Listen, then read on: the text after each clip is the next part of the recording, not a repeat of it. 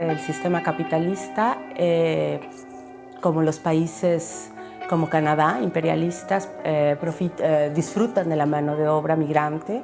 La nation, c'est les Canadiens français d'origine catholique, où les immigrants, ou bien ils deviennent comme nous, ou bien ils s'en vont. Le patriarcat existait avant le capitalisme, mais le capitalisme s'appuie beaucoup sur le patriarcat pour continuer à fonctionner. J'ai un problème quand on s'imagine qu'on est en train de détruire le capitalisme en faisant autre chose. C'est de la merde, c'est de la merde, c'est de la merde.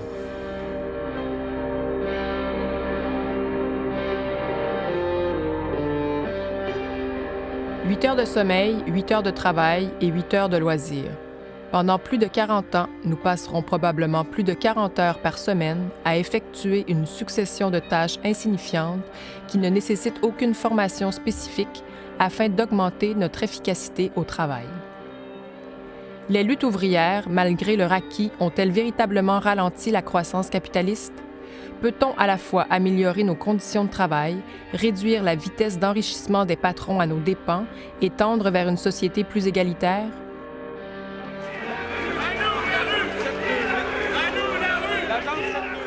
Dans les dernières décennies, plusieurs courants de pensée libertaires et mouvements sociaux ont développé, en théorie et en pratique, une critique radicale du travail où le problème fondamental est la centralité du travail productif et salarié dans l'activité humaine au détriment des autres sphères de l'existence. Le développement d'une aristocratie ouvrière et éventuellement d'une classe moyenne a profondément bouleversé les dynamiques de la lutte des classes. Le syndicalisme, qui s'était à l'origine érigé en contre-pouvoir, s'est peu à peu transformé en véhicule pour la défense des intérêts corporatifs de certaines classes de travailleurs et travailleuses et a adopté une approche concertationniste, voire de collaboration avec la classe patronale et l'État. Ce qui va différencier la critique anarchiste qu'une critique plus marxiste, c'est qu'elle va plus se faire dans l'angle du rapport d'autorité, plus que dans l'angle du rapport de production. Mais c'est une forme d'organisation de la production dans laquelle la grande majorité contribue à produire de la richesse, mais ne reçoivent pas les bénéfices, en tout ou en partie, de la richesse qui développe. Quand la forme travail s'est imposée comme un moyen de production, les personnes prolétarisées, ils ont refusé au début. Ils ont été obligés de passer des lois, d'enfermer du monde, de créer toutes sortes de modes de contraintes, d'empêcher les gens d'avoir des jardins en ville. Il y a eu comme toute une série de mesures qui ont été faites pour que les gens perdent leur capacité de déterminer en tout ou en partie leur survie à l'extérieur du rapport salarial. Puis c'est un rapport qui s'est imposé, qui s'est généralisé, qui existait de façon marginale pour certaines catégories de la population, puis qui a été généralisé grâce à l'industrialisation. Mais fondamentalement, à l'origine, l'idée, c'était de refuser le travail. Et c'est clair que si on veut détruire le capitalisme, il faut faire disparaître ce qu'il nourrit. Et ce qu'il nourrit, c'est ce mode d'organisation de la production qui s'appelle le travail. Si on regarde l'histoire du syndicalisme en Amérique du Nord, une grande part de son histoire et une grande part du mouvement syndical est un mouvement de cohabitation avec le capitalisme. Et dès le départ, avec une grande part des syndicats nord-américains étaient dans une logique de « nous sommes ici pour représenter les travailleurs et travailleuses, aller arracher des meilleures conditions de travail, mais nous acceptons que le patron et le propriétaire de l'entreprise et celui qui crée, entre guillemets, les emplois et fait la production. » Donc, c'était un syndicaliste qui a toujours été en reconnaissance du système capitaliste et qui ne visait pas à le renverser. Les patrons ont des intérêts à faire le maximum de profit, donc à rendre les travailleurs les plus productifs. Les travailleurs ont un intérêt d'avoir des meilleurs salaires, meilleurs avantages sociaux et de ne pas sortir du travail complètement, disons, à terre à quatre pattes. Ouais. Alors, il y a un conflit d'intérêts objectifs dans la réalité et le syndicaliste de combat dit, bien, pour analyser les luttes syndicales, il faut les analyser en termes de lutte de classe économique. Une des particularités aussi de l'IWW, c'est le fait que c'est un syndicat industriel par rapport à des syndicats de métier. Par syndicat de métier, on entend un syndicat qui va regrouper les travailleurs et travailleuses sur des corps de métier précis. Donc, par exemple, le syndicat des machinistes, des postiers-postières, des enseignants-enseignantes. Et si ça a eu des avantages historiquement pour ces travailleurs et travailleuses-là, notamment pour la portion plus qualifiée des travailleurs et travailleuses que plusieurs ont appelé l'aristocratie ouvrière à ses débuts, ça a aussi un grand désavantage, c'est le fait de diviser la classe ouvrière en différentes factions et de masquer le fait qu'au final, on a tous et toutes des intérêts communs qui, eux, sont divergents de la classe patronale, capitaliste, bourgeoise. Donc, on peut l'appeler de différentes façons. Ouais. Puis, des syndicats là, de type révolutionnaire, comme les Wobblies, ils ont organisé l'essentiel de la classe ouvrière américaine, mais ils ne voulaient pas signer les conventions collectives. Bien, les syndicats réformistes sont passés par derrière, puis ils ont signé. Puis c'est les gens qui ont fait la grève qu'ils ont signé. Parce qu'à un moment donné, ils n'étaient pas prêts à maintenir une guerre éternelle. Parce que là, on n'est pas en train de détruire le capitalisme, on est en train d'améliorer les conditions de vie du monde. Puis moi, j'ai absolument pas de problème à ce qu'on améliore les conditions de vie du monde. J'ai un problème quand on s'imagine qu'on est en train de détruire le capitalisme en faisant autre chose. En 1935, donc juste après la crise, il arrive quelque chose aux États-Unis qui s'appelle le Wagner Act, qui est une loi, en fait, qui a permis une institutionnalisation des syndicats. Et ça va faire mal au IWW parce qu'eux vont refuser d'aller dans cette game-là. Donc, essentiellement, ce que le Wagner Act dit et ce qui va être repris au Québec sur la formule Rent dans les années 40, c'est que, bon, donc le syndicat le syndicat accrédité devient la seule voix des travailleurs et travailleuses dans l'usine. Donc, maintenant, c'est un seul syndicat par entreprise, donc ce qui favorise plutôt les gros syndicats, donc les monopoles. Donc, pour un syndicat révolutionnaire, c'est sûr que ça a des avantages. Et aussi, chose très importante, ça encadre le droit de grève. Donc, maintenant, la grève est permise seulement dans les moments où on négocie la convention collective. Elle n'est plus faisable outre ça. Donc, le moyen politique qui était la grève disparaît. Donc, on s'en sert maintenant plus comme régulation, si on peut dire. Donc, ça va vraiment amener à l'institutionnalisation des syndicats. Le syndicat va devenir un acteur économique et ne sera plus vu comme un levier de transformation sociale. Dans les années 70, on gagnait tout le temps, tu sais. Mais quand tu perds, tu sais, je veux dire, les gens sont, tu sais, je veux dire, tu reçois une claque sur la gueule, toi, t'es bon, tu sais, t'es un contre-pouvoir, là, mais là, t'en perds du pouvoir. Là, c'est difficile, les gens se démobilisent. L'autre élément qui est venu structurer un peu le rapport du syndicalisme québécois, nord-américain, avec le patronat et avec le système capitaliste, c'est en fait sa préoccupation pour la préservation des emplois. Et cette préoccupation-là pour la création d'emplois a transformé d'une certaine façon la mission des syndicats et ça les a amenés sur d'autres terrains sur lesquels ils n'étaient pas habitués de travailler et des terrains qui peut-être pouvaient faire sortir des contradictions. Le discours de la création d'emplois, c'est la conclusion logique de luttes qui n'ont pas pris en compte la mobilité globale de l'exploitation. Au Québec, dans les années 1980, les centrales syndicales sont passées à la vitesse grand V dans le renforcement du capitalisme avec la création du Fonds de solidarité de la FTQ et du Fonds d'action CSN. Elles s'alignaient désormais sur les intérêts nord-américains, la création d'emplois et la croissance économique. Ainsi, plutôt que de simplement jouer un rôle vaguement défensif contre la mondialisation, elles jouaient désormais un rôle actif en investissant dans les entreprises de chez nous, dont la production se déplaçait de plus en plus vers des pays aux conditions de travail plus misérables. Dans plusieurs cas, la création d'emplois va se faire aux dépens de l'exploitation des ressources naturelles, aux dépens de l'environnement. Et là, dans une situation où les syndicats sont coincés entre la défense des jobs de leurs membres et la défense de l'environnement, la défense d'une plus grande création de richesses collectives qui va profiter parce qu'on va financer nos services sociaux et la défense de l'environnement. Là, encore une fois, il y a une contradiction qui n'a pas encore été résolue et ça donne des fois des drôles de positions. De la manière qu'on a structuré les fonds, on le fait d'une manière... En fait, les gouvernements ont accordé la permission d'avoir les fonds de solidarité, le fonds d'action FTQ, CSN. ces fonds-là, en fait, sont de plus en plus structurés comme étant des acteurs, des investisseurs institutionnels traditionnels. Ils ont, oui, une mission de créer de l'emploi, mais en même temps, créer de l'emploi n'est pas toujours synonyme de créer des bons emplois. Créer de l'emploi peut aller des fois à l'encontre des conditions de travail.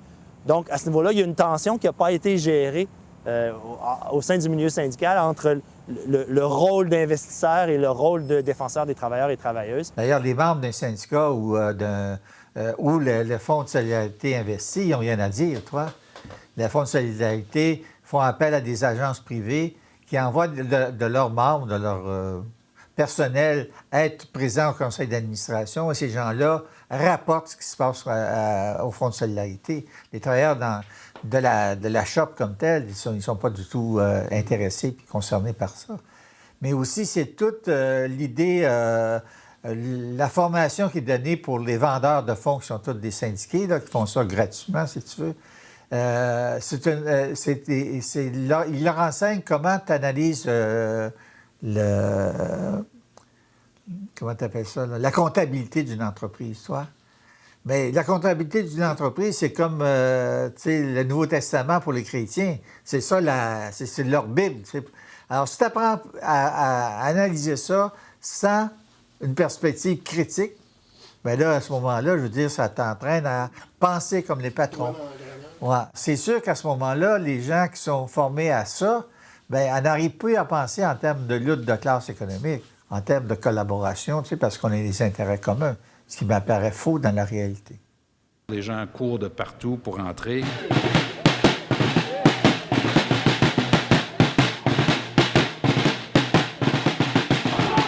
C'est une occasion notamment pour les chercheurs d'emploi. Alors, à ceux qui frappaient à notre porte ce matin, on pourra leur offrir un emploi dans le Nord autant que possible.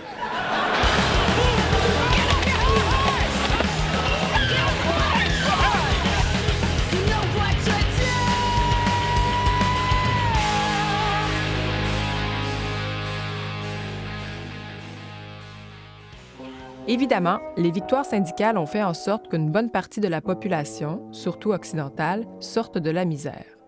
Toutefois, les inégalités sociales et économiques sont criantes, tant dans le monde industrialisé que dans le Sud globalisé. Les travailleuses subissent toujours un traitement différencié par rapport à leurs collègues masculins. Les personnes racisées ou d'origine immigrante occupent généralement des emplois plus précaires et moins rémunérés lorsqu'elles ne sont pas carrément exclues du travail salarié. Nous devons donc nous interroger sur les notions de privilèges et de statut, le patriarcat, le racisme et les autres systèmes d'oppression traversant malheureusement les diverses classes sociales. Évidemment, l'État et le patronat ne sont que trop heureux de se servir de ces divisions pour mieux contrôler les masses et ainsi satisfaire leur soif de profit illimité. Los sindicatos están corrompidos. Una parte por el sistema capitalista, una parte porque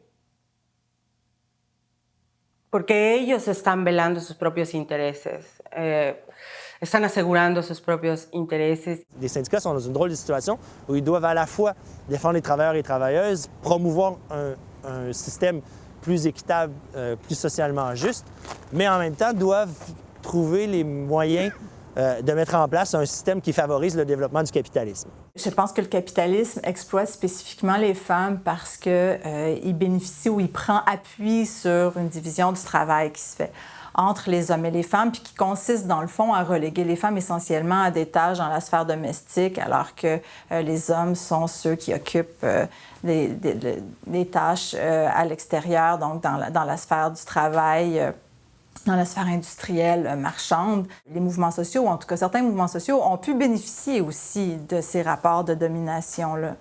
La question du patriarcat et la question du capitalisme sont reliées. Le patriarcat existait avant le capitalisme, mais le capitalisme s'appuie beaucoup sur le patriarcat pour continuer à fonctionner.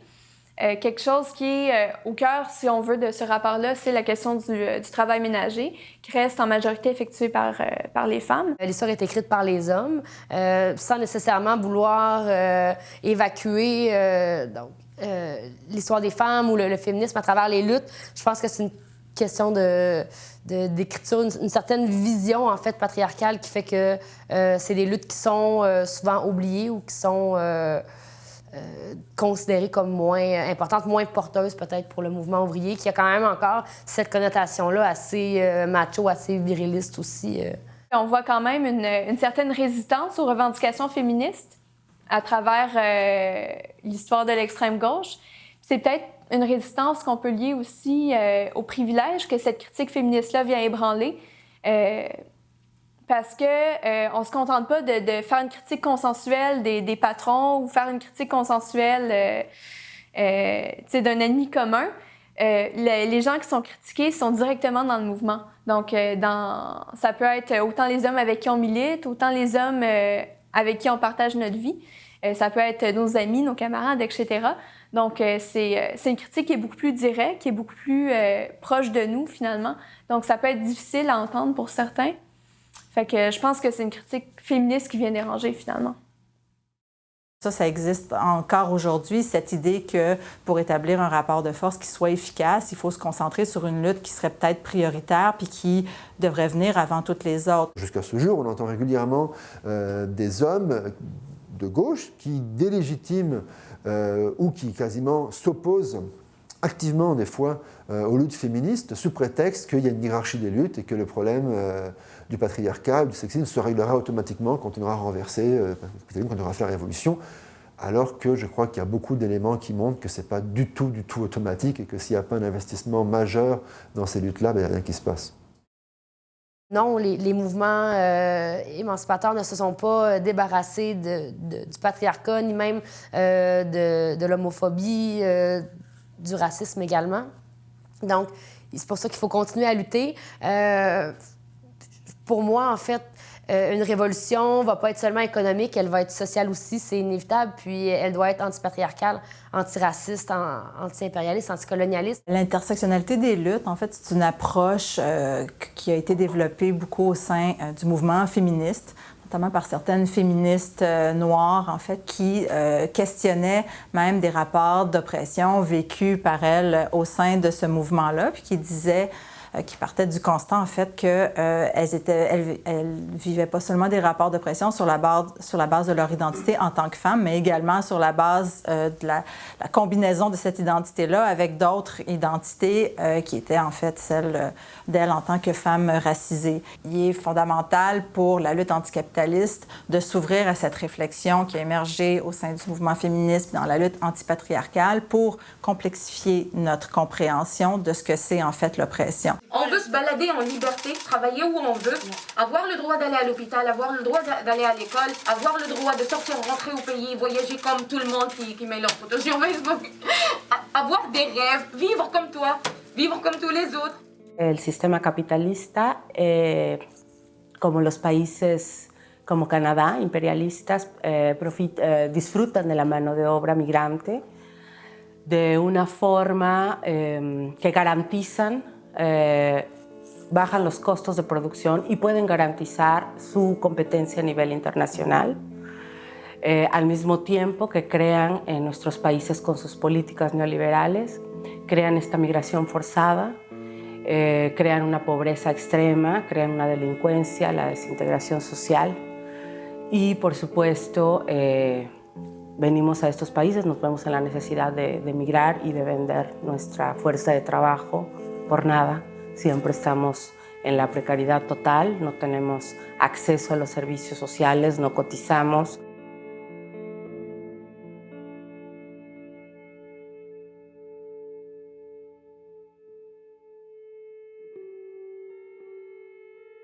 Ben, tu sais, la nation, c'est Pierre Capellado, hein?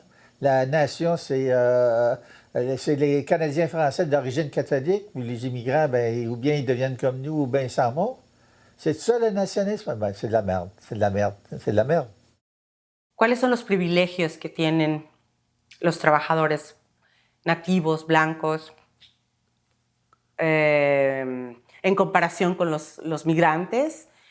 Pues bueno, habría primero que decir que para que este país pueda dar cierto nivel a cierto consentimiento, cierto confort a sus trabajadores, es porque hay otro país que está sangrando. Y esos países somos nosotros. Yo puedo decir que como mujer migrante, pues es doblemente difícil la situación. Cuidar hijos que no son nuestros y abandonar nuestros hijos para cuidar otros hijos. Pienso que siempre la situación de la mujer es más difícil, siempre. Como mujer, como migrante, yo podría decir que para mí hay dos cosas que van ligadas. El estatus y el trabajo precario, el estatus precario y el estatus precario van de la mano, van ahí juntas.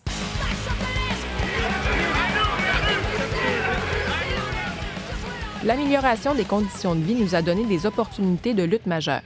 Il devient plus facile de résister quand l'éducation est accessible, quand nos revenus sont suffisants ou quand nos conditions de travail nous laissent du temps pour s'organiser. En revanche, si nos mouvements n'améliorent que nos conditions à court terme, ce qui nous condamne bien souvent à se satisfaire d'un certain confort individuel, non seulement nos avancées ne seront que temporaires, mais surtout, elles ne mèneront jamais au renversement du système qui cause notre misère collective.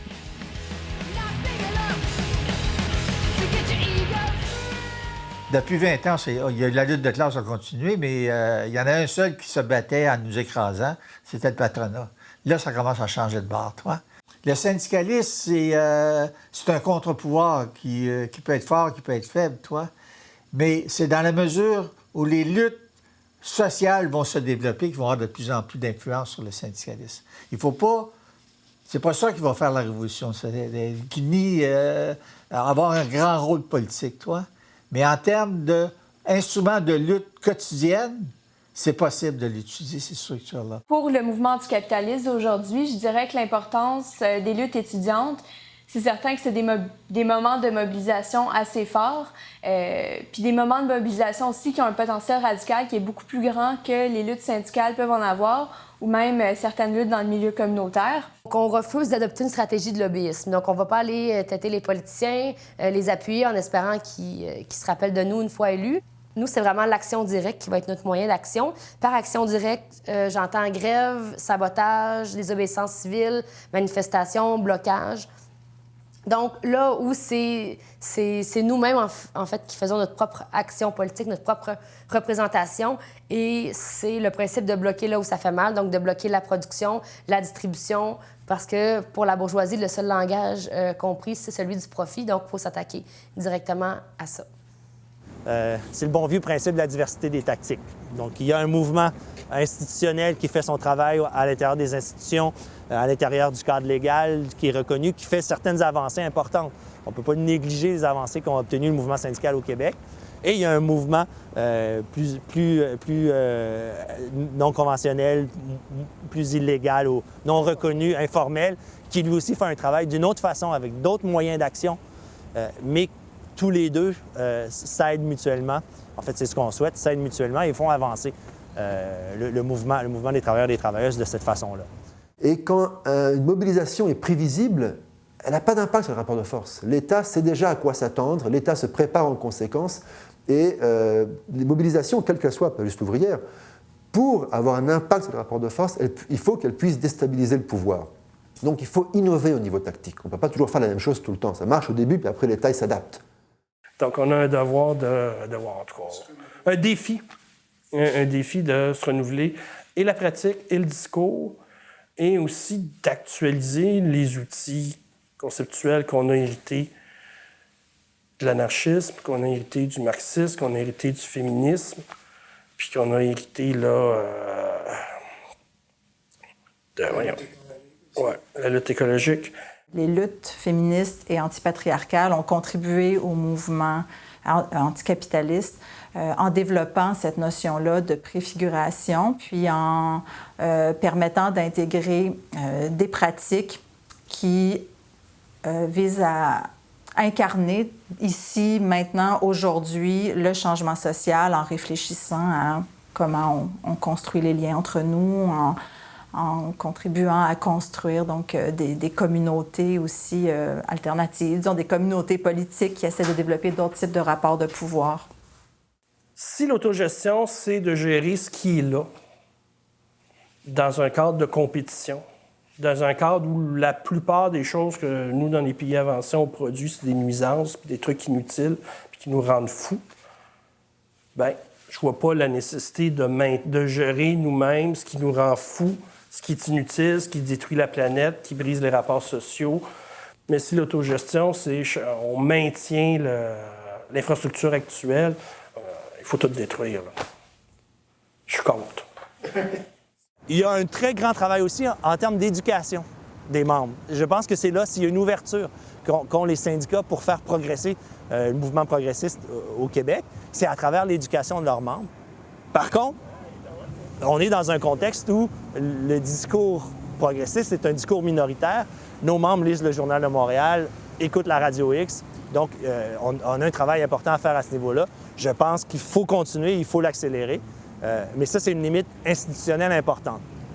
Los sindicatos aquí han sido muy renuentes a participar y a sensibilizarse con la situación de los trabajadores migrantes. La comunidad canadiense no está familiarizada con lo que pasa con los inmigrantes sin estatus, porque es una sociedad que es muy desigual. Hay muchos extractos sociales y no creo que tampoco tienen interés en ver esa realidad, en saberlo. Como la gente prefiere cerrar los ojos y hacer como no pasa nada. L'égalité entre les hommes et les femmes n'est pas atteinte dans notre société parce que la lutte est encore à faire. Parce que la lutte, elle concerne pas seulement juste la transformation des rapports entre les hommes et les femmes, mais elle concerne en fait la transformation de tous les rapports de pression qu'on peut détecter puis qui peuvent exister entre les individus au sein de notre société. Quand on regarde la situation des femmes au Québec, bien, les femmes gagnent 73 % du revenu des hommes en moyenne. Il y a encore énormément de femmes qui vivent la violence conjugale, qui vivent des agressions sexuelles. La profession où est-ce qu'il y a le plus de femmes, c'est secrétaire. On s'inquiète que l'éducation soit pas assez adaptée aux jeunes garçons, mais en même temps, pendant plusieurs décennies, les jeunes filles n'ont pas eu le droit d'aller à l'université. Cette émancipation-là, elle ne pourra pas se faire si on maintient par ailleurs des rapports de domination basés sur d'autres catégories, notamment celles basées sur les classes sociales. Si on maintient en fait un type d'organisation sociale qui mise sur la hiérarchie, sur la compétitivité, sur la performance. Il faut continuer à amener des luttes qui sont souvent vues comme parallèles, mais il faut en fait rendre ces luttes dites parallèles-là au sein même en fait d'une lutte globale. Pour moi, être anticapitaliste, c'est foncièrement être antipatriarcat, et être antipatriarcat, être féministe, pour moi, c'est aussi être forcément anticapitaliste. Parce que si on veut pas que des hommes exploitent d'autres hommes, on veut pas non plus que des hommes exploitent des femmes ou que des femmes exploitent d'autres femmes. Por supuesto que es importante, es por eso que es importante esta lucha, la solidaridad, porque somos todos víctimas de este sistema capitalista. La migración va a existir toda la vida. Es un fenómeno, no es un problema como lo pinta este sistema capitalista. Puis, comme je le disais aussi, il faut être modeste pareil. Malgré tout, c'est pas nous autres qui faisons une révolution, c'est les gens. Donc, il y a aussi de quoi qui appartiennent au temps. Donc, à la fois, on doit parler dans le bon temps, avec les termes du temps, tout en gardant la perspective de la rupture, puis de la proposition d'une autre société qui va être organisée différemment, puis qui va permettre au monde de créer un monde plus cool. Plus vivable. Oui, plus vivable, plus intéressant, puis dans une perspective que ça n'attendra pas le paradis sur Terre. Parce que ça, on peut attendre longtemps. Nous aurions voulu aborder plus en profondeur les différentes formes actuelles du travail et les rapports que plusieurs communautés ou groupes sociaux marginalisés entretiennent avec celui-ci. Populations autochtones, personnes à l'aide sociale, chômeurs et chômeuses forcées, travailleuses et travailleurs du sexe, gens de la rue, mères conjointes à la maison non rémunérées, etc. Il nous apparaît aussi nécessaire d'évaluer le travail qu'il reste à accomplir pour qu'advienne enfin le monde que nous souhaitons. Nous sommes toujours dans le même système capitaliste destructeur et violent, et le travail salarié est un de ces piliers qui l'empêche de tomber.